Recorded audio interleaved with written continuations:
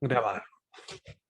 Para que no se pierda nada, vamos a grabar y tener en consideración todo lo que hemos visto. Voy con lo que es notorio para cada clase, la presentación. Voy a perder sus hermosos rostros, pero no se preocupen, los veré en esta ventanita más pequeña aquí al ladito. Entonces, profetas menores, Instituto Bíblico, Tiempo de Dios. Hoy, día 17 de noviembre, nos corresponde la clase 7, en la cual vamos a terminar con el profeta Nahum, que fue algo que nos quedó pendiente en la clase anterior, y también vamos a abordar parte de Habacuc. Ya yo la semana pasada no quedó registrado, pero comenzamos a hablar de lo que es una exégesis y la motivación está en que eh, en las clases que vienen, incluyendo esta, podamos analizar a los profetas en base a algunos de los pasos, de los simples pasos que les puse para poder perder el miedo a hacer una exégesis y a abordarla de una buena manera.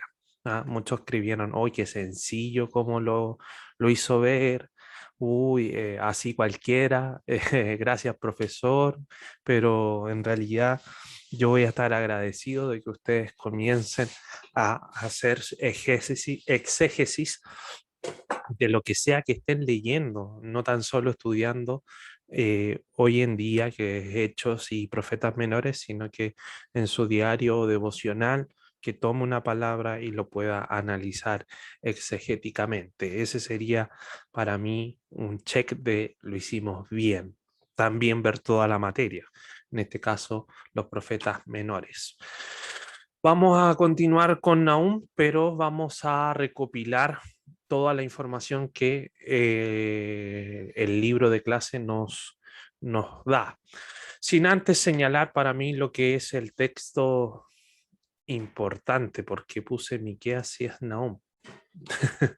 Nahum 1, 7 al 9. El Señor es bondadoso, refugio en día de angustia, acoge a quienes en él se refugian, mas con una inundación arrolladora destruirá la tierra de los adversarios y a sus enemigos sumirá en tinieblas. Interpelaciones divinas. Ay, Dios mío, escribí cualquier cosa. Deme un segundo, voy a editar esta cosa porque me molesta. Ya, deme un segundo. Esto es una...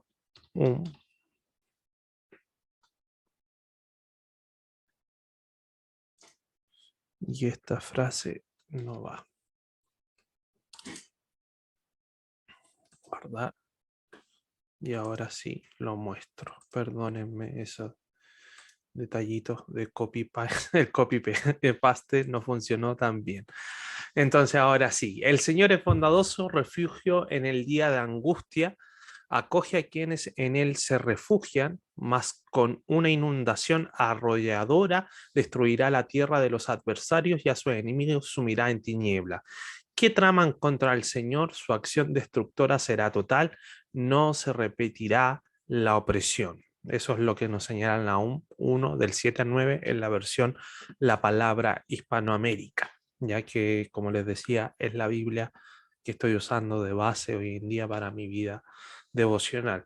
Uno de los términos que más se repite o que más resaltan en este caso, en el profeta anterior vimos que era justicia, misericordia y adoración. En este caso, la virtud que se resalta de parte de Dios es su bondad, que es una inclinación natural a hacer el bien, una cualidad de lo bueno. Y también bondad se puede describir como algo gustoso, apetecible y agradable.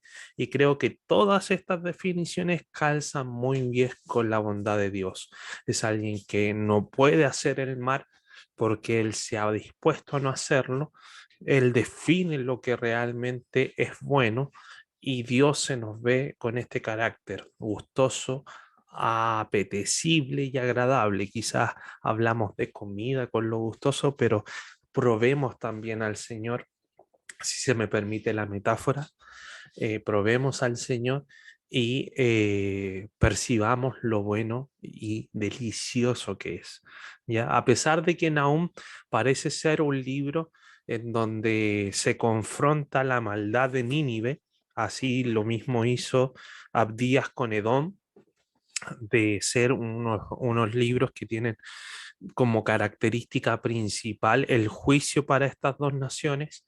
También podemos ver que este juicio emitido tanto a Edom como a Nínive produce en el pueblo de Judá, en la nación de Israel, produce esperanza, produce consolación.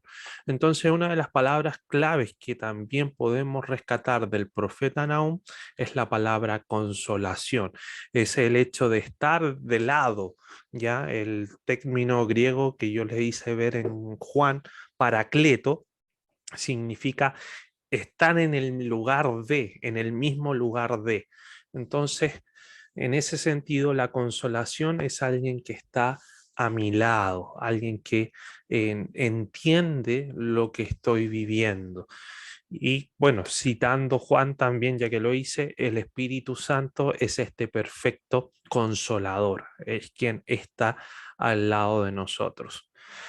El autor del libro de Nahum o esta carta de Nahum no se sabe nada, solamente sabemos que su definición de nombre significa consolado y que también provenía de Elcos, que es una ubicación que está desconocida para los eruditos bíblicos. No sabemos dónde diantres se encuentra Elcos en todo este plano del Medio Oriente, por lo cual sospechamos que sea una ubicación, sino que más bien puede ser algún, ¿cómo se llama esto? Algún seudónimo por donde él procedía, de donde él procedía.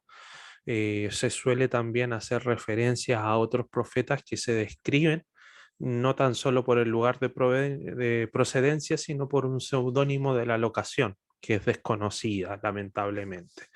La fecha de composición de esta carta es dentro del ministerio de Nahum y eso se data entre los años 663 al 654 antes de Cristo. Ya los estudiosos más ortodoxos que respetan la composición dejan un poquito al lado la crítica liberal. Claramente ellos dicen que este libro se escribió durante el ministerio profético. Aquellos que tienen una crítica más liberal, una alta crítica, la hago entre comillas, una alta crítica, señalan que esto es un escrito posterior inclusive a la destrucción de Nínive. Entonces dicen no hay nada milagroso ni nada profético, sino que netamente están haciendo que se vea un carácter profético, a lo cual yo me niego totalmente, porque reconocemos que las palabras de Nahum describen y fueron tal que así sucedió. El Señor no dejó caer ni una coma ni una tilde de las palabras proféticas de Nahum. Inclusive lo que leíamos anteriormente en el pasaje de Nahum 1, al 7 al 9, más con una inundación arrolladora destruirá la tierra de los adversarios y a sus enemigos sumirá en tinieblas. Los babilónicos, que son aquellos que van a conquistar a los asirios y van a destruir la ¿cómo se llama esto? La dinastía siria y la ciudad de Nínive, ellos para poder conquistar lo que hicieron fue el río que pasaba por un costado de la ciudad de Nínive, lo apuntaron hacia la propia ciudad. Y fue el mismo río quien hizo que los muros se dieran, y así fue como entraron los babilónicos a conquistar Nínive. Bastante inteligentes, pero sabemos que la idea principal fue de Dios, Él lo anunció y lo más probable es que el mismo Dios, que es el Dios de la historia, inspiró a alguno que otro general o probablemente le hayan llegado estos rollos de estos pergaminos de Nahum y así le dieron pie a la conquista de Nínive, ¿ya? Destinatario, claramente el texto bíblico señala en citas como el versículo 1, el capítulo 2, versículo 8, el capítulo 3, versículo 7, apuntan hacia Nínive, ya hacia Nínive. El juicio va declarado hacia Nínive y a diferencia de Jonás, en este caso ya no hay mucho que hacer. Jonás predicó para que se arrepintieran y ellos tuvieron un momento de gracia, pero lamentablemente continuaron también por el mal camino y no podríamos hablar de un Dios justo como el que tenemos si no castiga al perverso. Ahora, Dios no se alegra de castigar a aquel que es malo, ya lo señala Ezequiel, pero aún así tiene que hacerlo, tiene que hacer justicia. Entonces, el juicio va declarado para Nínive, para los asirios, pero todas las palabras de consolación van para este remanente que sería el pueblo de Judá o el reino del sur, ¿ya? El reino del sur. Nosotros cuando hablamos pueblo de Judá tenemos que darnos cuenta que hablamos de Judá y Benjamín, ya que son aquellos dos que se quedaron por la parte del reino del sur para entender cuál es la diferencia de estos reinos, ¿ya? Contexto histórico, lo más probable es que el profeta haya escrito, y lo señala también en el texto bíblico, que el profeta haya escrito luego o después de la caída de Tebas, ¿ya? Los asirios fueron quienes conquistaron Tebas en el 663 a.C. y por eso podemos decir y confiar plenamente de que este es un escrito dentro del ministerio de Nahum, sí, de Nahum. Nínive es la capital del imperio asirio, aunque se dice que el imperio asirio fue utilizado por el Señor como vara y báculo, ya eso lo dice Isaías, de su furor para castigar a su pueblo. Estamos hablando de que el Dios de la historia no tiene nada por sorpresa, así como podemos decir que inspiró a los babilónicos para que se cumplieran estas palabras de Nahum, también podemos decir que Dios ocultó a los asirios para castigar a su pueblo. Y eso no es tan solo algo que lo escuchemos ahora con este profeta menor. Sabemos que para los tiempos de la conquista, tanto filisteos, y quedaron en la región para ser usados para la apostasía del pueblo, ¿ya? Es decir, el pueblo pecaba, se apartaba de Dios y Dios usaba a estas naciones vecinas para someter a su pueblo y así hacer que se vuelvan a él, ¿ya? Han pasado varios años, ya estamos hablando de la conquista, se dio alrededor del 1450, estamos parados en el 600 y algo, en el siglo séptimo, y Dios sigue ocupando el mismo plan, pero no puede todavía llegar al corazón del pueblo, ¿ya? Eso quedará luegamente para nuestro Señor Jesucristo, que Él sí va a llegar al corazón del pueblo, al corazón de la gente y va a hacer volverse. Y no a través de, podemos decir que hay juicio en la cruz del Señor, ya eso estamos claros, hay juicio en la cruz del Señor, pero esta cruz también nos vino a presentar el acto más grande de amor, que es entregar la vida por nosotros. Así que lo que predomina más allá de el acto de juicio es el acto de amor en el Señor Jesús. Eso no anula el juicio, claramente lo vemos que Dios es un Dios que no cambia, que es inmutable, pero hay que poner los enfoques donde corresponden. Y Dios se goza de hacer misericordia, de rescatarnos a todos.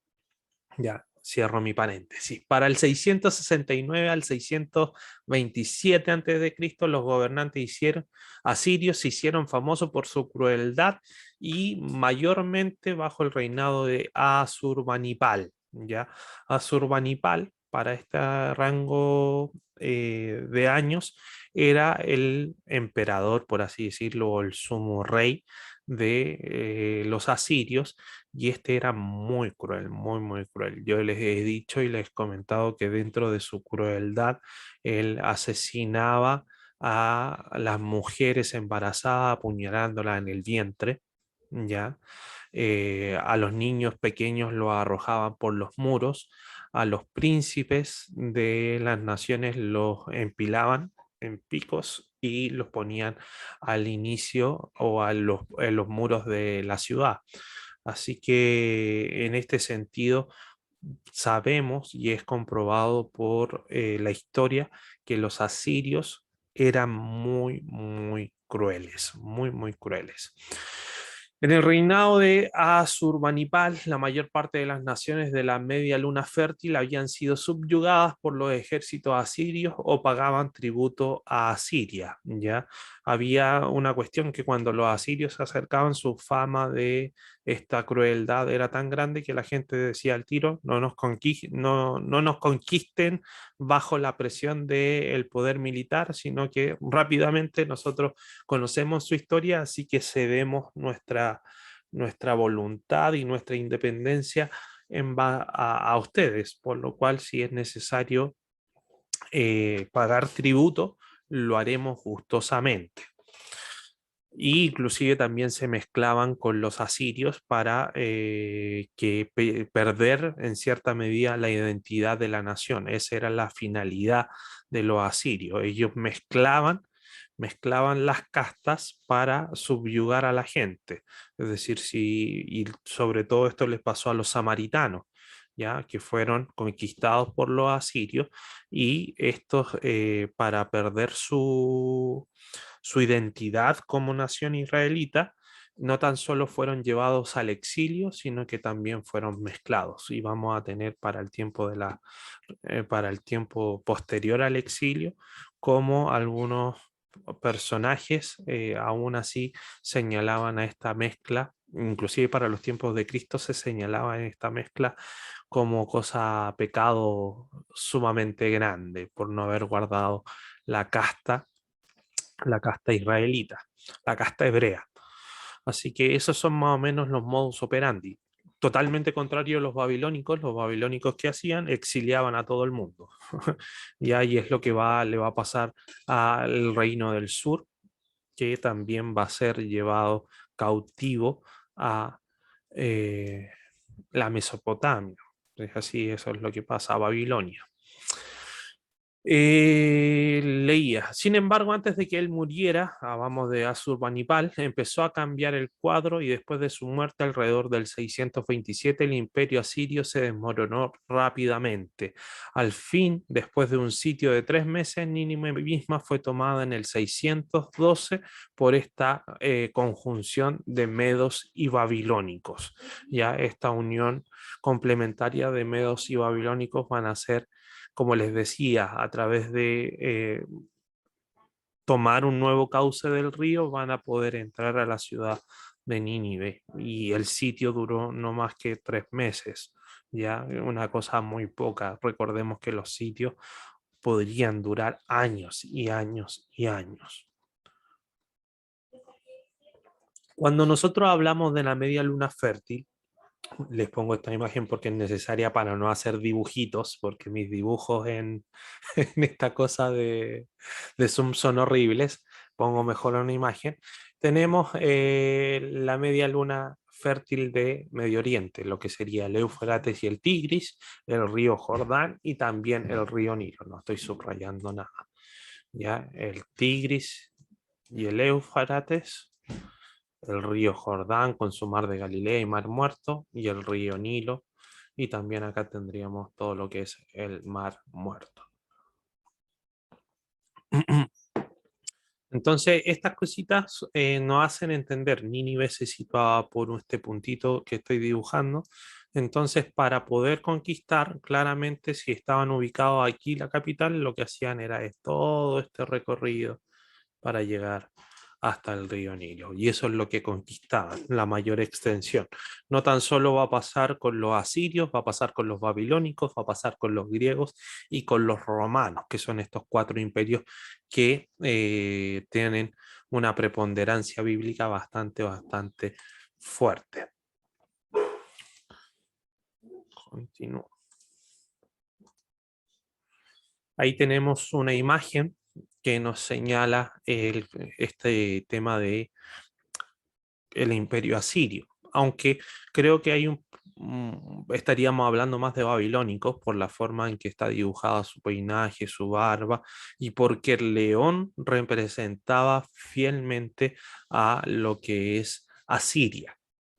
Ya es el conocimiento que yo tengo previamente, pero la imagen, cuando la descargué, me salía netamente que este es Asurbanipal y la carrocería que se menciona en Naum tiene relación a este rey macabro. ¿Cuáles son los temas de Nahum? Bueno, tenemos dos grandes temas, que es el juicio y la liberación o la consolación. Ya acá en la Biblia de Estudios Arqueológica, de donde se rescata este material, señala estos dos grandes temas, el juicio y la liberación. Digo la Biblia para que si pueden descargarla por allí, les va a servir mucho, sobre todo para estos profetas que necesitamos siempre contexto histórico para poder entenderlos, ¿ya? Yo no la tengo así en modo PDF, la tengo en una biblioteca que les voy a señalar un poco más adelante en las presentaciones. Eh, pero volviendo al tema, el juicio. De acuerdo con el profeta, el instrumento de destrucción de Nínive sería Dios mismo. Los ninivitas habían fallado al no vivir a la luz del arrepentimiento que habían experimentado. ¿Con quién? Con Jonás, el cual fue evidentemente transitorio. Nahum hizo un uso amplio del tema del guerrero divino, la imagen de Dios como una figura militar que hacía la guerra contra aquellos que se le oponían. Nahum enseña que Dios castiga la violencia, la idolatría, las prácticas comerciales crueles, el materialismo y la crueldad. Es decir, tenemos un Dios que se aira por la violencia, que se molesta demasiado con la idolatría, que las prácticas comerciales crueles, estas prácticas que hacen que haya más esclavos. ¿Puedo apagar este computador? Vamos a desactivar audio. Ahí sí. Las prácticas comerciales crueles, todo lo que nosotros, justo ahora que hablamos de campañas presidenciales, que no hay ninguno bueno, hay que votar por el menos malo. Allá ustedes sabrán cuál será. Yo no tengo, no voy a dar, tal como mi pastorcito y todito, no voy a dar mi posición, pero en este sentido, nuestros puntos a siempre a dialogar son el tema de aborto, eutanasia y cosas que realmente nos importan, pero también nosotros tendríamos que exigirle a estos gobiernos qué onda sus prácticas comerciales, qué cosa también la violencia, la crueldad, el materialismo. No todo es conseguir cosas, dinero, dinero, dinero, sino que también qué onda la misericordia. Entonces, tanto izquierda como derecha quedan siempre al jaque con el cristianismo. Con el cristianismo le pegamos palos a ambos. Necesitamos que también velen por las viudas, por los huérfanos y por los extranjeros.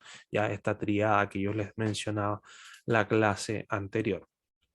Eh, ese por un lado. Entonces Dios, aquel que es justo, va a castigar siempre la injusticia. Y en este caso, aunque le ofreció a la ciudad de Nínive y al imperio asirio el proceder al arrepentimiento, esto fue netamente momentáneo, fue algo transitorio, fue algo que la emoción del momento, ver al profeta Jonás y mencionar este discurso tan corto, pero en realidad lo que hablaba del propio discurso era la presencia misma del profeta, que había sido expulsado por un pez muy, muy grande. Eh, entonces, eso los produjo que se volvieran al temor, a la misericordia, al decir hemos obrado mal, pero les duró un tiempito solamente, y volvieron a estas prácticas crueles, las cuales Dios tiene que enjuiciar. Y en este sentido, cuando Dios emite el juicio, netamente los que son salvados o los que van a festejar este juicio va a ser la nación de Judá. Ya van a ver que las palabras de Dios van a producir en ellos ánimo, esperanza liberación, confianza en su Dios. La profecía de juicio de Nahum fue diseñada para traer esperanza al pueblo de Judá, quien sufrió los abusos de los asirios durante muchos años. Dios cuida a su pueblo, ¿ya? Y su pueblo, nosotros tenemos entendido que a esta luz del Nuevo Testamento sería su iglesia. Dios cuida a su iglesia y también castigará a aquellos que lo maltraten. Él los protegerá, los librará de la opresión y los restaurará, según las propias citas 7, 13, 15 y 2:2 del profeta Nahum. Así que es un profeta bastante cortito. Su mensaje es muy directo, muy conciso y podemos ver que y se cumple también esta estructura de que todo profeta de Dios no tan solo va a emitir juicio, sino que también a la luz del juicio va a ofrecer esperanza. Esperanza. Así que eso no lo olvidemos nunca de, del tema profético de estos profetas menores y también de los mayores. Si se argumenta algún juicio, junto con el juicio viene también algo que le brinda esperanza. Un gran concepto que se desprende de esta carta o este libro de Nahum es que aunque el Señor es protector de los que confían, Él no deja a nadie sin castigo. ¿Ya? Versículo 7 y versículo 3 de este profeta menor Nahum. El libro y su mensaje, ya el libro o su estructura, ya la próxima vez que yo tenga una presentación así le voy a poner netamente estructura. Me marea Ángela con el libro y su mensaje, que es el propósito y la estructura para aquellos que leen también Biblias de estudio. Es lo que se está rescatando de esta sección, el libro y su mensaje. Yo sé que tienen que completar inductivos que son estos cuadros mismos, ya lo ideal que no sea un copy-paste de lo que yo le estoy ofreciendo, sino que también pueda haber una indagación de Biblias de estudio y de su carpeta inductiva. El libro y su mensaje. La caída de aquella gran capital, centro vital del poder imperial de Asiria, constituye el objeto único de la profecía de Nahum. Alrededor de tan anhelado acontecimiento gira su mensaje que es vibrante y un poema lleno de pasión. Y eso es interesante porque cuando nosotros hacemos el análisis hebreo del texto, nos vamos a dar cuenta que en cierta medida lo usa como un acróstico, empezando a tomar cada una de las letras del abecedario y con ello empezar a enumerar esta poesía. Nosotros tenemos que darnos cuenta que para el término de poesía hebrea, lo que lo que predomina no es tan solo la parte lírica que suenen las consonantes finales iguales, ya la repetición es una forma característica de la profecía hebrea y también esta riqueza de tomar elementos como el abecedario hebreo para poder describir un poema. Ya, eso, el Salmo 119 es el poema por excelencia que se hace así, tomando cada una de las letras del abecedario hebreo, se compone ese tremendo, tremendo texto que es una alabanza a la palabra de Dios. Así que eso ténganlo presente para cuando se analiza figurativamente el texto bíblico. Se divide en tres grandes partes. Ya tenemos una primera parte que va desde el versículo 2 al versículo 10, en donde yo les decía que claramente cada letra de comienzo de este poema va a ser de forma alfabética hebrea. Y esta canción que se nos entona, o este poema que se nos entona, nos revela a un Dios que es celoso y vengador, cuyo poder supera cualquier poder humano y aún a los más violentos. Él es a las más violentas manifestaciones de la naturaleza, ¿ya? En realidad, cada vez que nosotros vemos que el cielo ruge, ya con truenos o la tierra se tambalea, netamente estamos tomando estas figuras como juicio de parte del Señor. Jehová, el Dios de Israel, protegerá a los suyos y los librará de sus enemigos, los asirios. Él el que es el Señor de la historia y tiene en su mano el destino de las naciones, consumirá a sus adversarios y hará que cambie la suerte de Judá y de Israel. ¿Ya? La sección del versículo 11 al versículo 15 es la transición y es esta parte en donde vemos cómo se empiezan a hablar de promesas de restauración y de paz para el pueblo o la nación de Judá. Y la tercera sección del libro, que sería desde el capítulo 2 hasta el final del libro, el profeta describe con acentos patéticos el asalto a la ciudad odiada, la cual ha de arrastrar en su derrota el hundimiento definitivo del imperio asirio. ¿Ya? Es decir, Dios le va a dar la estocada final y va a dar el tiro de gracia por esta medida, no tan solo los va a destruir, sino que también los va a eliminar de la historia y lo va a producir Dios. Dios es el que emite este juicio. Así, ¿quién se podrá apartar del juicio del Señor? Ahí se las dejo picando. Ahora, el ritmo poético del lenguaje de Nahum, el dramatismo de sus metáforas y la sonoridad de sus palabras evocan el rodar de los carros de guerra, el galopar de los caballos y el furioso fragor de la batalla. ¿Ya? Nosotros cuando lo leemos, efectivamente, vemos que el profeta sí tiene conocimiento de lo que es un campo de batalla, ya lo que sucede en una guerra. Así que va a tomar todo este lenguaje y lo va a emplear para poder darnos a entender a qué punto va a llegar el juicio de Dios. ¿Ya? Y así de esta medida, con esta, no quiero decir violencia, pero con este auge, nos va a quedar muy claro que Dios es un Dios celoso y vengativo.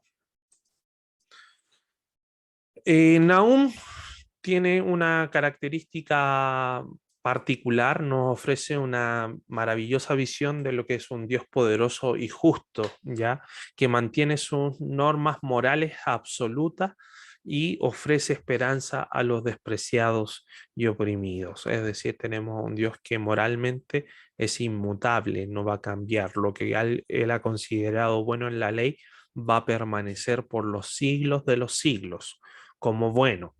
¿Ya? Y Dios en este sentido no va a cambiar y todo aquel que niegue estas normas morales va netamente a entrar en conflicto con Dios directamente. Y a nosotros como su pueblo remanente, como su iglesia amada y como Israel, la niña de sus ojos, enseña a Dios a confiar en Él, ¿ya? Aun cuando se vean desprovistos de toda ayuda, podemos estar seguros de que el Señor estará con los suyos. ¿Ya? Esto es lo que podemos desprender del libro, es la contribución de Nahum a la Biblia, ofrecernos la normativa de Dios como un poderoso y rey justo, ya que Él va a castigar a los que anden en contra de su ley y que nosotros como su remanente tenemos que confiar a pesar de que tengamos el agua en el cuello.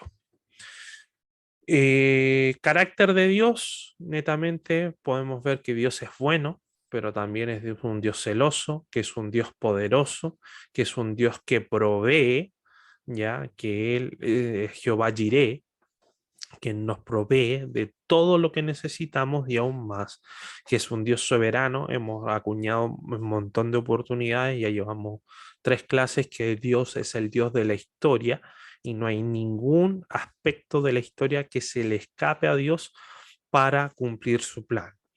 Y cosas que quizás tenemos muy arraigadas en el Antiguo Testamento, tenemos un Dios que se enoja y es como está todo el rato con el ceño fruncido. ¿Ya? Pero todo esto se debe a que claramente estamos yendo en contra de Dios y Dios tiene que hacer algo. Por eso les decía que la característica de Jesús netamente nos va a mostrar que Dios también es inmutable, hay juicio en el Señor, pero también nos va a través de Cristo mostrar que debemos y somos llamados a ser fieles a Él. ¿Ya? Nahum presenta los atributos de Dios describiendo también a la persona de Cristo en su futura venida. Todo lo que nosotros asociemos como carácter de Dios en Nahum también es parte del carácter de Cristo. Cristo llegó a la tierra como el Mesías prometido que traía a los fieles hacia sí. Nahum habla de cómo Dios protege a los fieles revelando: Jehová es bueno, fortaleza en el día de angustia. Sin embargo, la segunda venida de Cristo traerá el juicio, ya que Cristo guarda enojo para sus enemigos. Ya estoy redundando, así que en este sentido tenemos una enseñanza muy rica en un profeta que de repente lo tiramos muy para el lado. No son muy pocas veces en el cual veo que centremos nuestra atención en los profetas menores. Abdías, si lo señalo, casi nunca he escuchado una prédica de Abdías, menos de Nahum. Entonces, no son muy populares, pero tenemos que hacerlos populares. Nosotros tenemos esa responsabilidad hoy en día de hacer popular la Biblia.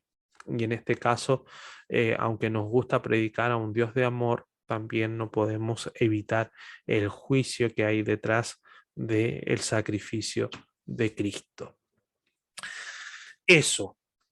Antes de continuar, ya vamos a tomar un pequeño descansito, ya formule sus preguntas y en 10 minutitos más, es decir, a las 9 en punto, nos conectamos para la segunda parte que sería Habacuc. ¿Ok? Eso.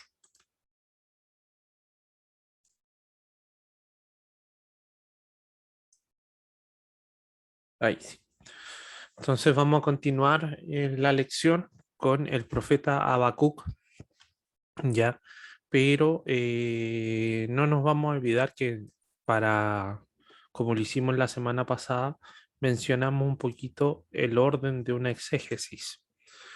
Antes de ir a ese orden, el texto más reconocido para mí de Habacuc es el final del libro, capítulo 3, versículo del 17 al 19. La Nueva Biblia de las Américas dice: aunque la higuera no eche brotes ni haya fruto en las viñas, aunque falte el producto del olivo y los campos no produzcan alimento, aunque falten las ovejas del redil y no hayan vacas en los establos, con todo yo me alegraré en el Señor, me regocijaré en el Dios de mi salvación.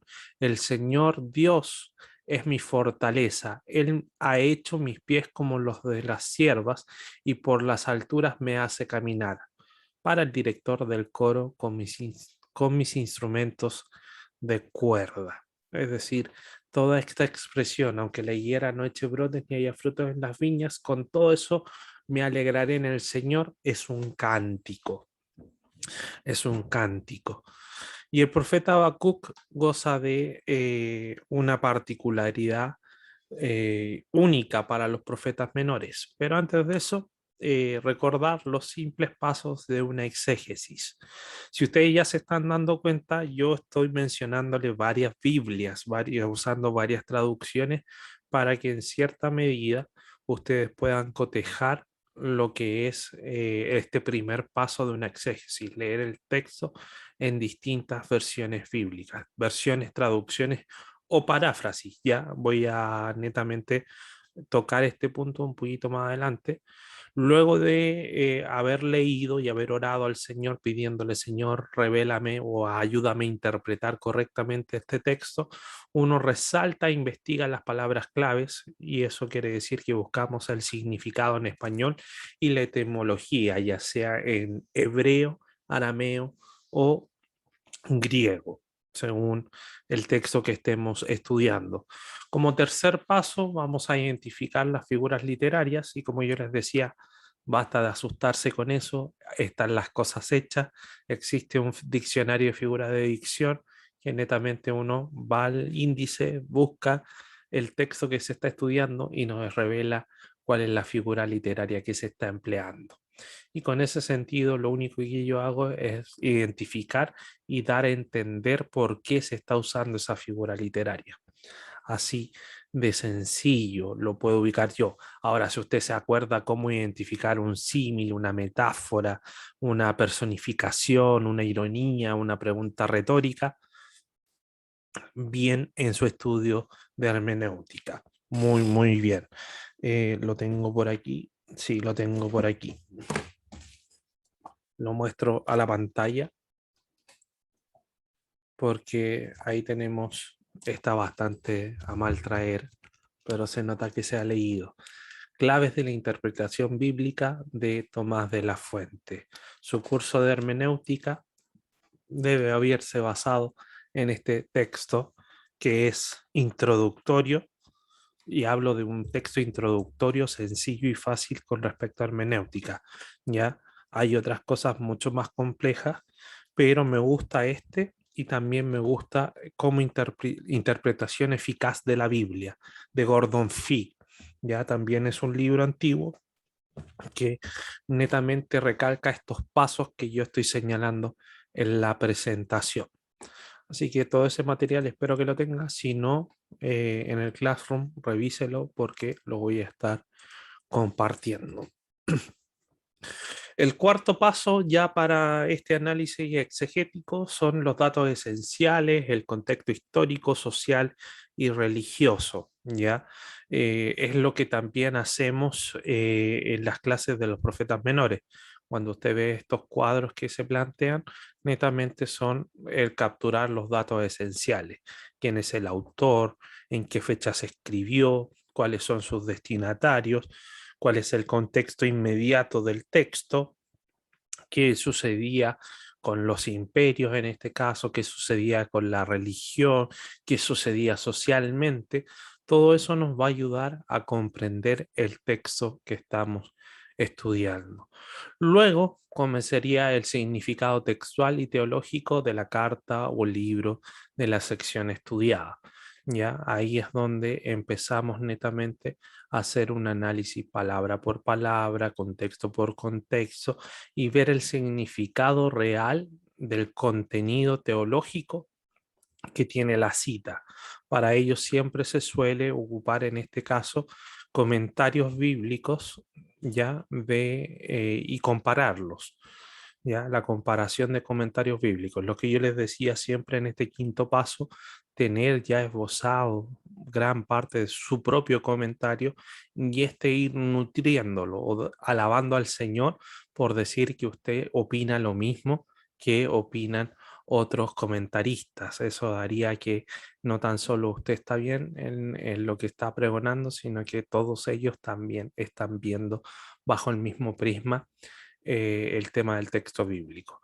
Y una vez que uno sabe lo que es, realmente uno saca la interpretación, el significado de lo que se está estudiando, uno puede plantear una aplicación para nuestro contexto, para nuestra realidad, para nuestro diario vivir. ¿Ya? Así que, como ven, se grafica de forma fácil, pero en este sentido hay que tener esmero. Yo siempre le digo ya que aquí la responsabilidad parte en usted. Yo ya dispuse mi tiempo y mi esfuerzo para explicarle cada una de las cosas. Ahora usted es el que se debe comprometer con el estudio exegético. Pero también quiero orientarlos, ¿ya? No tan solo eso, sino que vamos a retomar un poquito el tema de hermenéutica o bibliografía, ¿ya? La Biblia que nosotros hoy día tenemos en español puede estar catalogada en una de estas tres grandes esferas, como una traducción, como una versión o como una paráfrasis, ¿ya?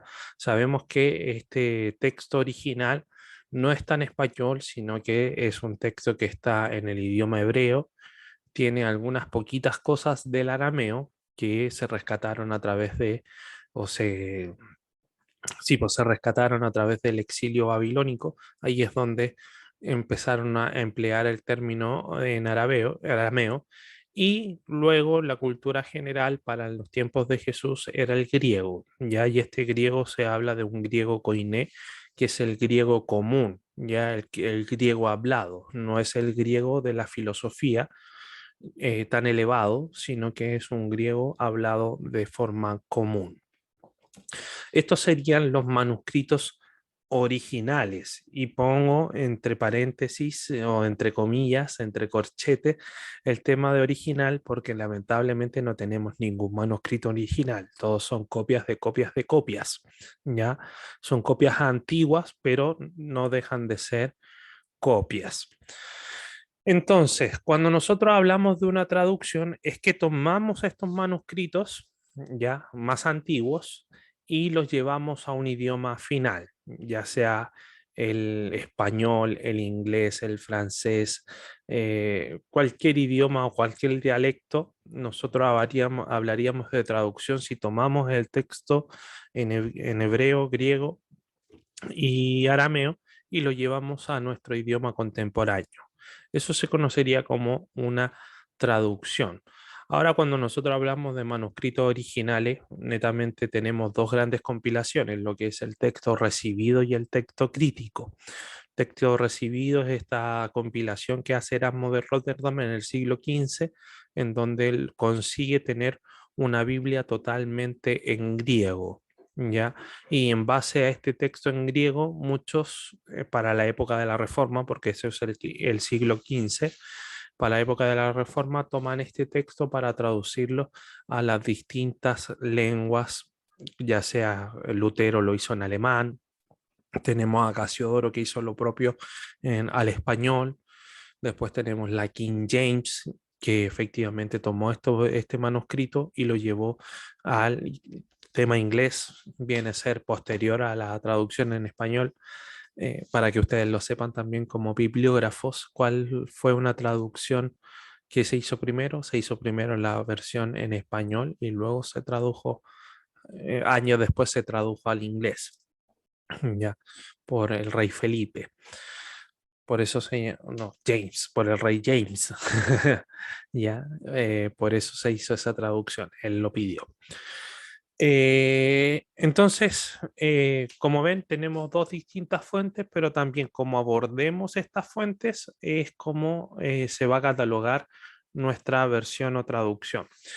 Los manuscritos que toman el texto original y lo llevan a un idioma final, lo vamos a conocer como traducciones. Las versiones serían las revisiones que tienen estas traducciones, o netamente yo no tomo un texto original, tomo el texto en inglés, por poner un caso, tomo el texto en inglés y lo llevo a español. Uno de esos ejemplos es la nueva traducción viviente. La nueva traducción viviente nace primeramente por la New Living Translate y nosotros nos llegó a español directamente porque tomamos la New Living Translate y la llevamos al español. Entonces tomamos ya un texto que está traducido para netamente corregirlo o llevarlo a un idioma final. Y también cuando nosotros hablamos de Reina Valera 1960, estamos hablando de que tomaron la traducción Reina Valera para el año 1960, le hicieron una revisión. Ya, obviamente ese es el 1960, el año de publicación. Ya, se trabajó como hace 30, 40 años para llegar a esa revisión para publicarla. ¿Ya? Así que las versiones son todas aquellas cosas que son revisiones o que se toma un texto ya traducido a un idioma y se lleva a este idioma final. Y la paráfrasis es netamente, como lo señalo ahí, se cita libremente el texto sin fidelidad a las palabras. Es una interpretación amplificada para hacerlo más claro y debería decir, inteligible. Es inteligible.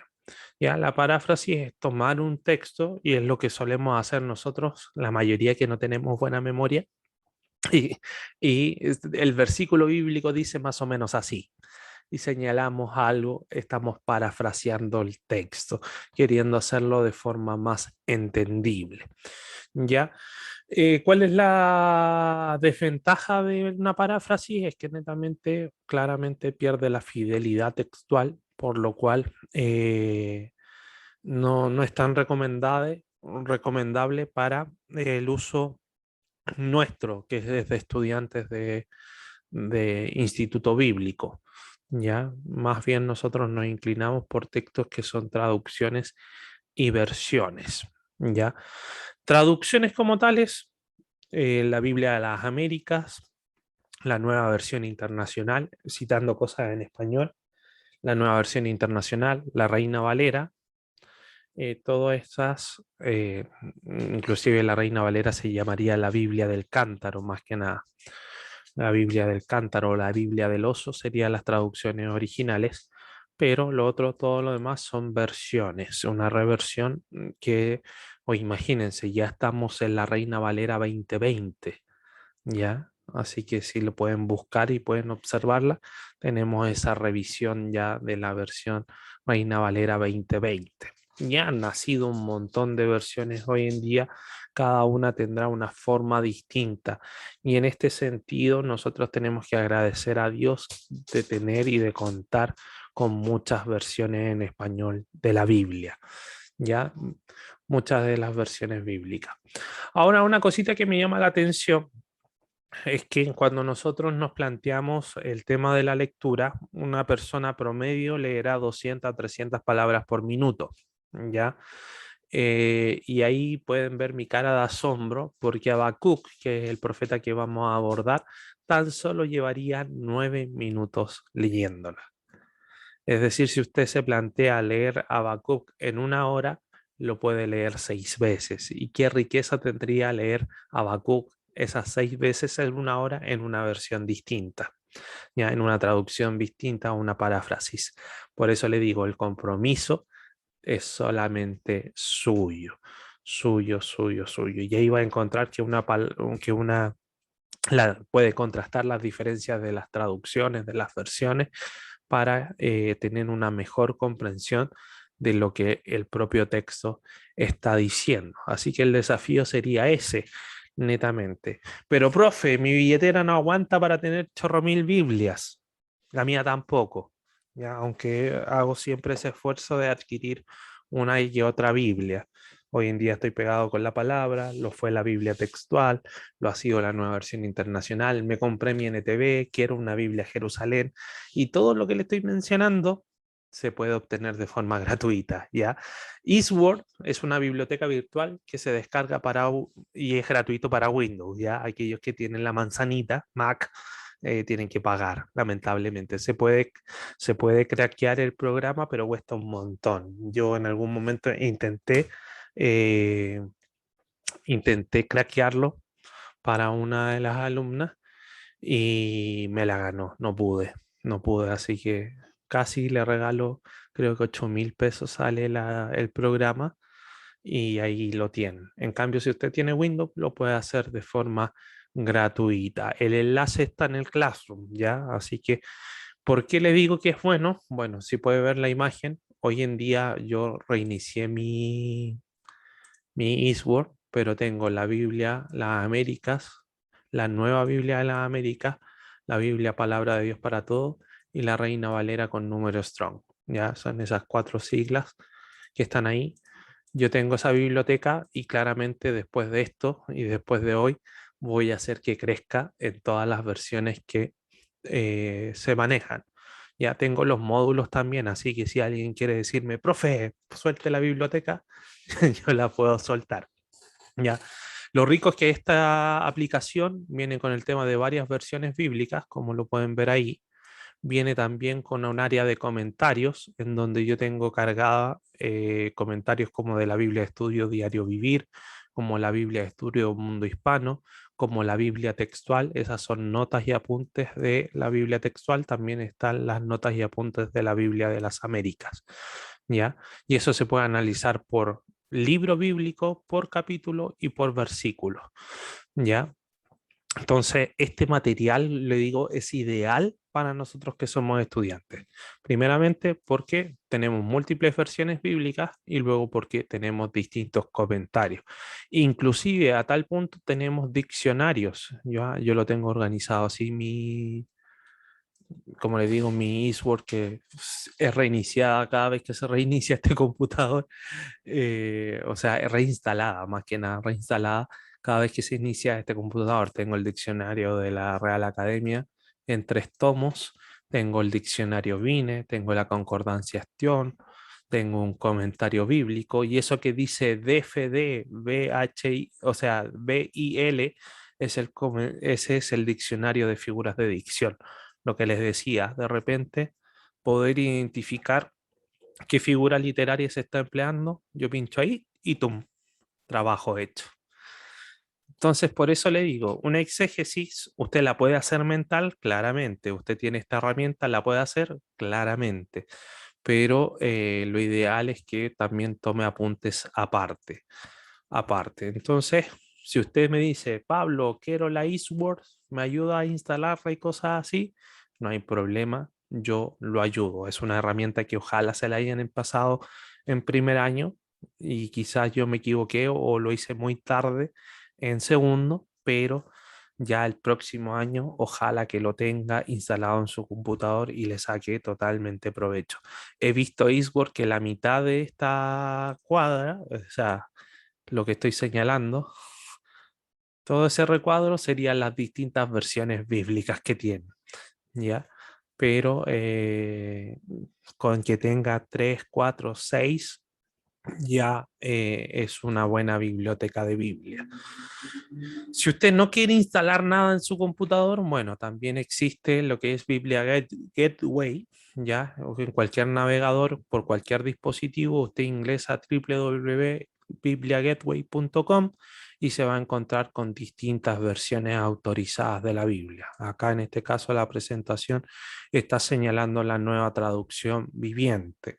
Así que para cualquier dispositivo también existe esta Biblia que, que contiene varias versiones bíblicas. Yo también de aquí es el único lugar donde puedo leer la palabra de forma digital. Ya no la he encontrado en otra versión. Y también existe para dispositivos móviles y también en navegador lo que es YouVersion, que es netamente la aplicación de la Biblia. Entonces aquí pueden ver claramente que yo tengo Habacuc en la nueva versión internacional y claramente también tengo cositas, anotaciones propias, por eso está en amarillo allá abajo. Pero como ven, mecanismos gratuitos para leer la Biblia en muchas versiones existen, existen. Ahora yo sé que algunos somos románticos y que nos amamos la Biblia en papel, pero eso conlleva una inversión que no está mala, no está mal, ya, no está mal gastar. Ahora uno me puede decir, ay, pero ¿por qué no es gratis la impresión en papel? Porque tiene un precio, tiene un precio. Inclusive usted piensa que es gratis una aplicación, pero en realidad se pagan por otros mecanismos, ¿ya? No, no se meten directamente en su bolsillo, pero por otras cosas usted también está pagando. Así que nada es gratis en esta vida, ¿ya? Eso es lo que, una lección general que podemos aprender. Nada es gratis en esta vida. Hay alguien que está pagando por otro lado lo que se está gastando. Entonces, en ese sentido, ya quedó el desafío planteado. Habacuc, si se toma una hora, imagínense, hablo de una hora, lo puede leer 6 veces en 6 versiones distintas y tiene el cómo poder hacerlo con estas aplicaciones. Así que yo sé que también tienen un inductivo, sobre todo este inductivo de Habacuc, en el cual deben presentar un estudio exegético, en el cual van a tener que resaltar las palabras claves, ¿ya? Las palabras claves. Y en este caso, si me tomo de este texto de Habacuc 2, claramente escribe la visión y haz que resalte claramente las tablillas para que pueda leerlos de corrido. Pues la visión, otra vez visión, se realizará en el tiempo señalado, marchas a su cumplimiento y no dejará de cumplirse. Una palabra que se repite 2 veces en distintas conjugaciones es una palabra clave. Aunque parezca tardar, espérala porque sin falta vendrá. Entonces, algunos señalan las palabras claves, otros diríamos que mejor que las estudien todas. Yo les mostraba la clase anterior el comentario exegético de Juan que tengo, que es un puro libro de casi 800 o 1000 páginas, y ahí se estudia minuciosamente, palabra por palabra, en el idioma griego. Sería lo óptimo para hacer una exégesis, estudiar todo el texto. Pero como somos estudiantes, vamos a netamente recalcar algunas palabras claves. ¿Ya? En cuanto a Habacuc, vamos a ver esta diapo y vamos a quedar libres, ¿ya? Los aspectos generales. La palabra clave de Habacuc va a ser la palabra fe, ¿ya? Aunque yo creo que Habacuc lo que mejor lo describe es la disputa. Es decir, tengo una controversia con Dios. ¿Ya? Para mí personalmente Habacuc significa eso. Tengo una controversia con Dios. Y lo que hace el profeta es netamente muy cara dura. Le pregunta a Dios, ¿qué pasó aquí? Y Dios responde. Y Dios responde.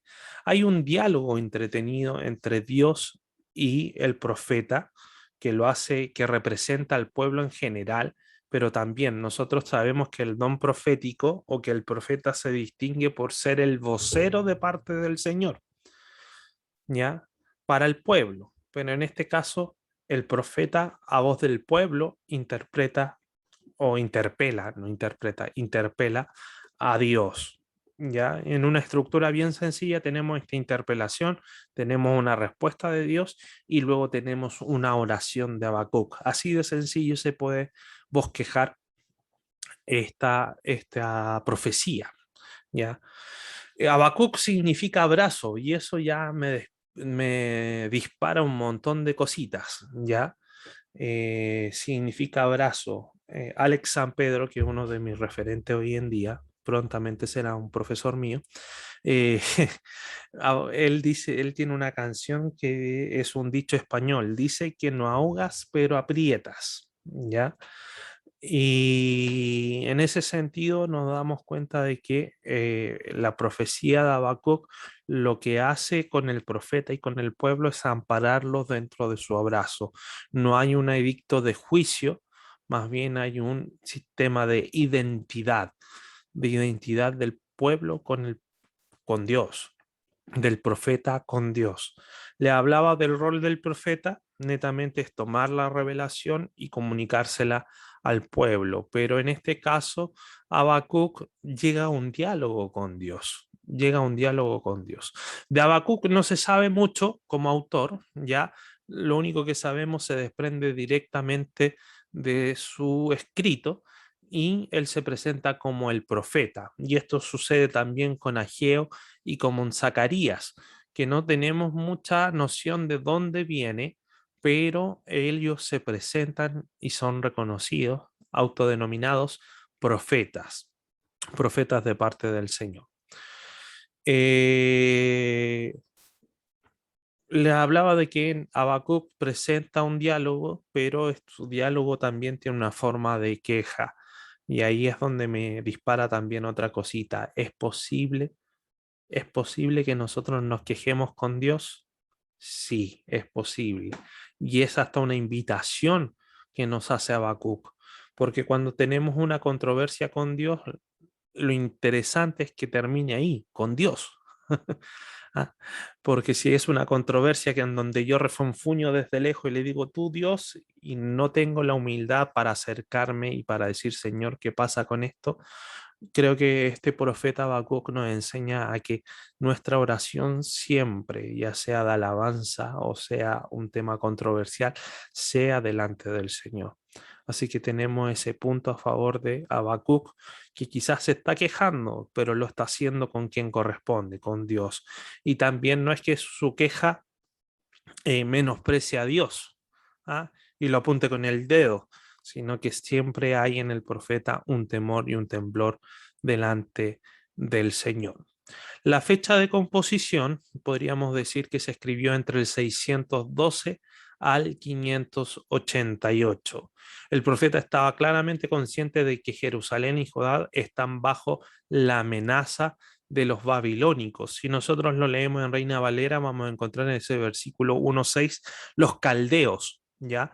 Que netamente sería este imperio babilónico que está ya mermando no tan solo a los asirios, sino que ya se ve una próxima conquista a la región de Judá, y sobre todo a su capital en Jerusalén.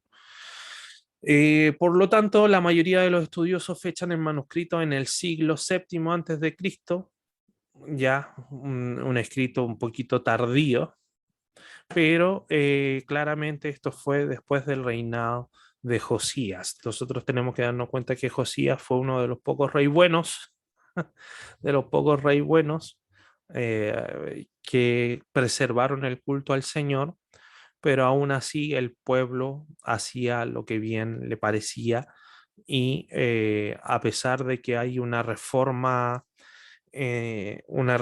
sucediendo, el corazón de la gente no ha cambiado y sigue alejado de Dios.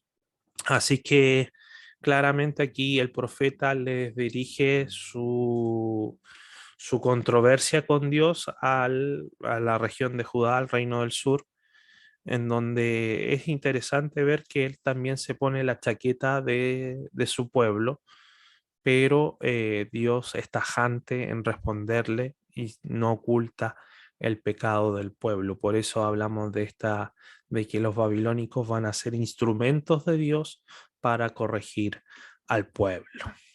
¿Ya? Continuaremos próximo miércoles 24 de noviembre. Avance en su inductivo, porque también lo que vamos a hacer juntos, ya una vez que que hayan respondido su inductivo, voy a pedirle a Ángela que me ponga ojo en eso, de ver cuáles fueron las palabras claves que ustedes resaltaron, las palabras claves que yo resaltaría y las figuras literarias que podemos desprender del texto. ¿Ya? Queremos hacer ese análisis exegético para nuevamente darle un sentido a cada una de las palabras que nos ofrece este profeta. Como decíamos, es un profeta cortito, 9 minutos, y es bastante interesante. También les quiero... A mí me sale el texto en inglés, pero lo demás como el menú en español. Ah, sí, hablando del eSword se puede traducir completamente al español. Ya hay en preferencias, usted pone el lenguaje y claramente ahí hace cambio de la versión. Espérenme un segundito que estoy tratando de compartir lo que les quiero compartir. Classroom. ¿Alguna consulta? Ujú.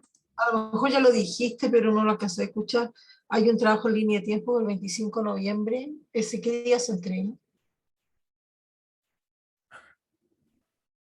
Hay un trabajo de línea del tiempo, ya se Mal. me olvidó. Déjeme revisar rápidamente mi conversación con Ángela Alarcón y le recuerdo si hay o no trabajo. Angie. Aquí está Ángela. Angie. No, ese no va. No, la línea de tiempo va para el 1 de diciembre. Ah, perdón, que yo estaba leyendo el 3. Que aquí yo tengo anotado trabajo práctico 3, un cuadro de toda la carpeta. No, solo en la línea cronológica de los profetas. Ah, ya. Esa es para el 1 de diciembre. Ya, gracias. ¿Y el cuadro de resumen igual va? Sí. El cuadro ella lo iba a enviar para que lo completáramos y con eso estudiáramos. Algo así, pero el profesor Pablo dijo que iba a hacer otra cosa, la clase pasada. Ya. Gracias. Ay, son muchos audios los que tengo. En uno de ellos me habló. Ya, pero lo aclaramos, ¿ya? Yo por lo que tengo entendido, tenían como varios trabajos prácticos, pero ella decidió quitar uno y poner esta guía inductiva que les va a servir como para, obviamente quiere que se la envíen, no tan solo que quede como una guía, sino que se la envíen para poder guiar el estudio. Ya, lo que les iba a comentar también, ahora sí lo muestro.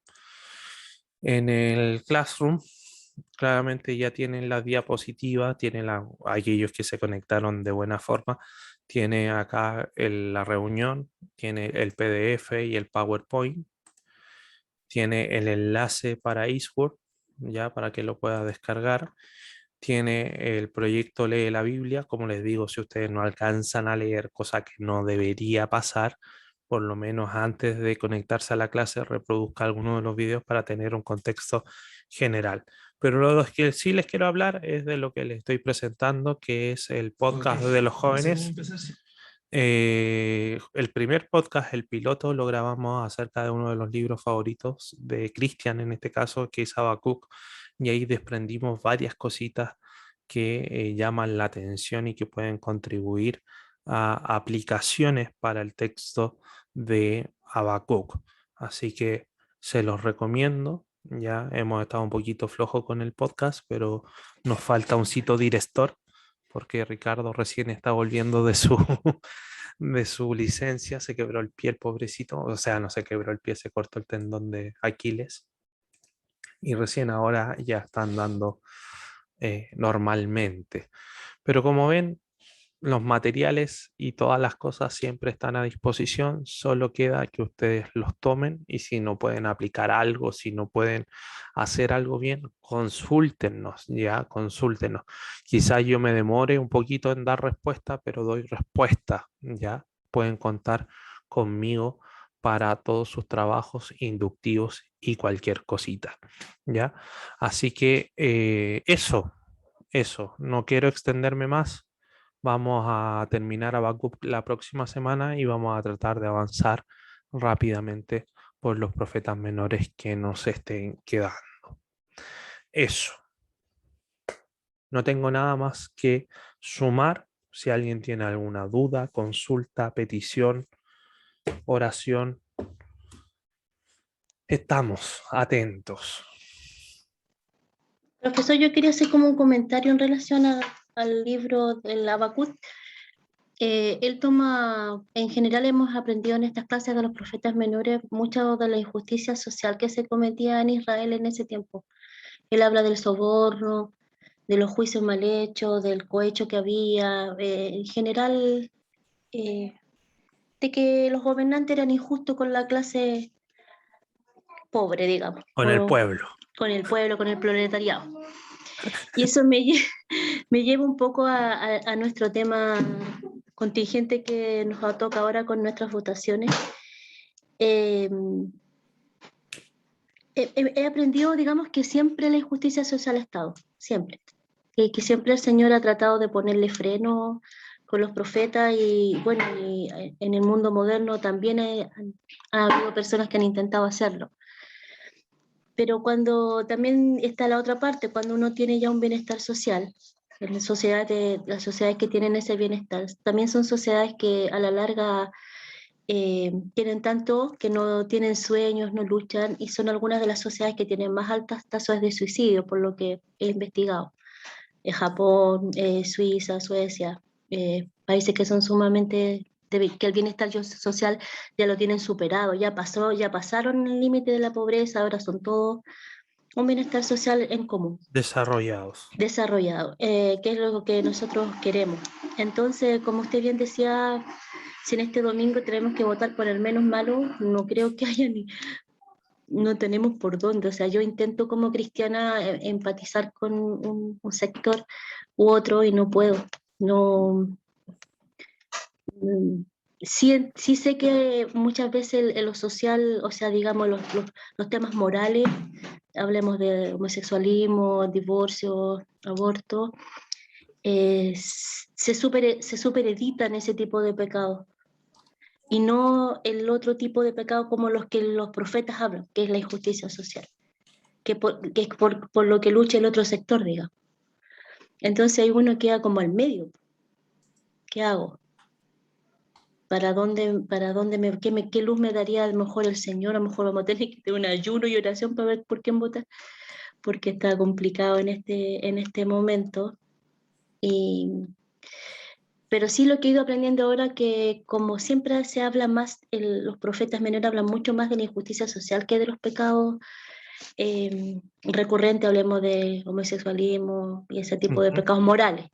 Tal vez tendríamos que enfocarnos por ese lado, qué es lo que más le carga la mata al Señor dentro de los profetas, a la injusticia social. No sé, ese es más o menos mi tema con Habacuc, que ahora descubrí cuando le leí y he ido viendo por otros profetas de atrás, hacen lo mismo, y los profetas mayores también. Eso, es como un Sí, tipo... pues yo creo que ahí es donde nosotros nuestra primera injerencia, antes de pensar en la restitución de la moralidad o de las conductas que Dios quiere, creo que los profetas y los reyes nos orientan a que nosotros como la iglesia debemos restaurar el culto al Señor. Y no hablo de restaurar un sistema de adoración, antiguo pacto o nuevo pacto, de cómo se debe hacer iglesia, las normas que rigen una iglesia, sino que el Señor sea quien nos infunde temor y temblor, ya que tengamos ese principio reverente delante de Él. Entonces, cuando, claro, hoy en día estamos haciendo un análisis de por quién debiésemos votar, pero también ese análisis debiese ser, ¿estoy rindiendo mi vida a Dios? ¿Estoy siendo yo la voz de Dios en la tierra? Entonces, yo creo que, claro, a nadie le gusta encontrarse con una respuesta negativa, pero si la tenemos, podemos enmendar nuestros pasos, podemos arrepentirnos delante del Señor y comenzar a ejercer algo nuevo. A un nivel de ciudad tan macro, creo que no va a llegar de forma rápida, pero si nosotros somos fieles al Dios que servimos, claramente vamos a ver transformaciones desde nuestro primer núcleo familiar, nuestro núcleo de estudio, de trabajo, de iglesia. Todo eso se va a ver afectado por gente que le cree a Dios, ya que vive para Dios. Así que Dios ya nos alcanzó, ya nos hizo la pega fácil, ¿ya? O sea, la pega imposible que era para el ser humano, Dios la hizo posible. Y nosotros tenemos que tener esta característica de análisis. Estamos justo viendo profetas menores que en serio siempre, siempre, siempre, lo que siempre apuntaron era mostrar el carácter de Dios, era enamorarse de este Dios, de relacionarse con Él. ¿Ah? Por eso decían, podíamos leer juicio, pero también dentro del juicio vamos a ver un llamado a la esperanza.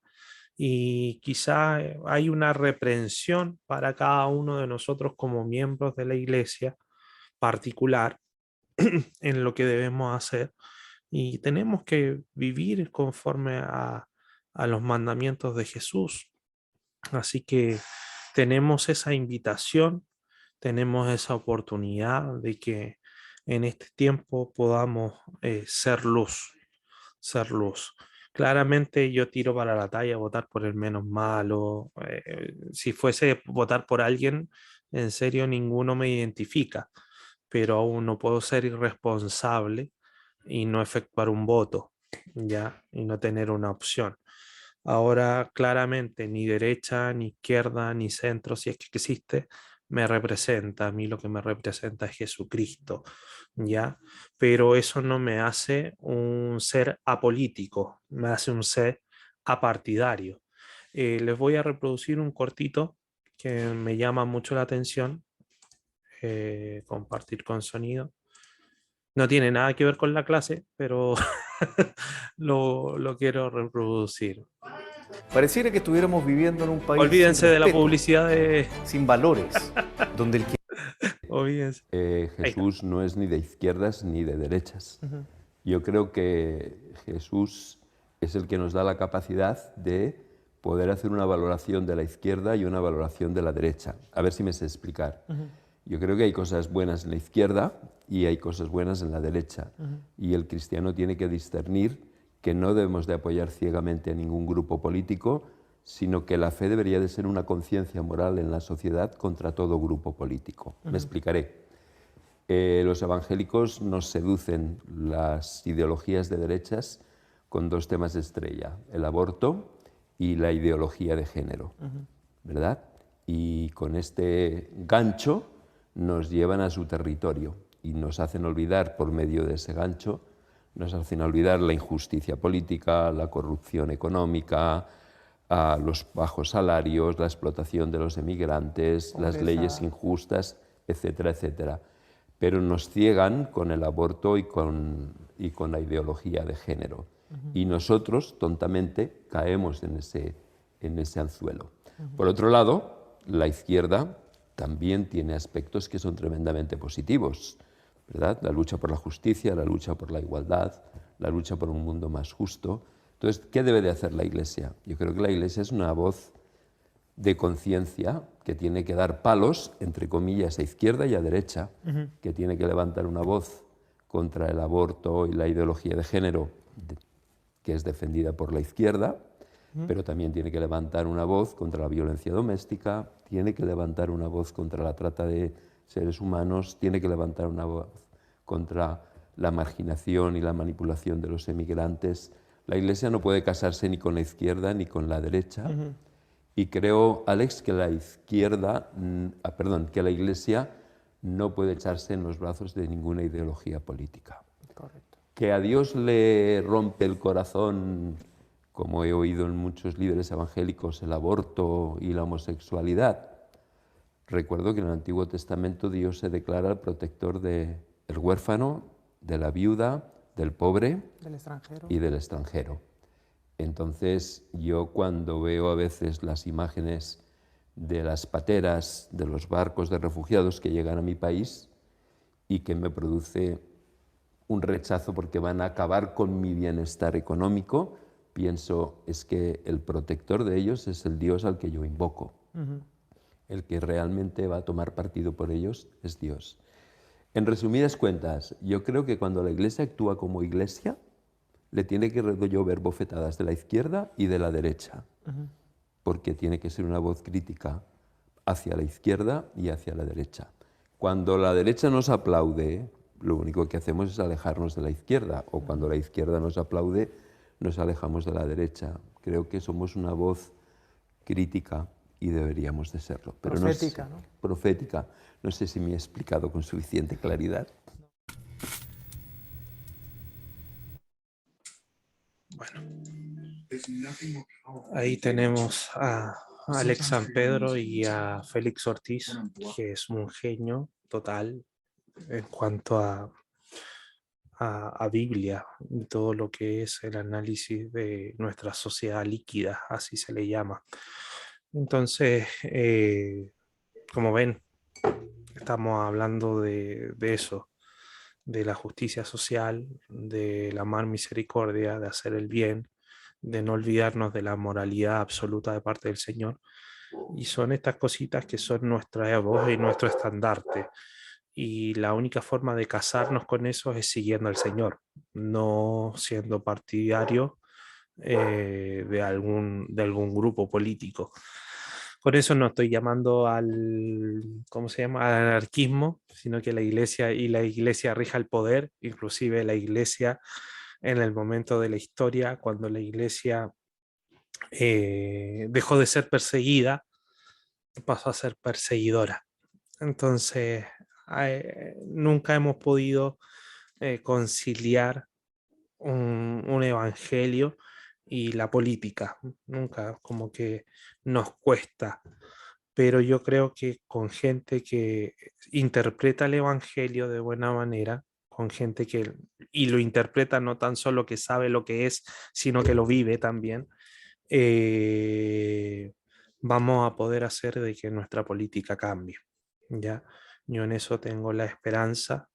Y bueno, también estoy consciente de los escritos paulinos en donde me habla de que mi ciudadanía es celestial. ¿Ya? Yo somos ciudadanos del cielo. Y a pesar de lo que se apruebe o se deje de aprobar, Dios es el que rige mi vida. ¿Ya?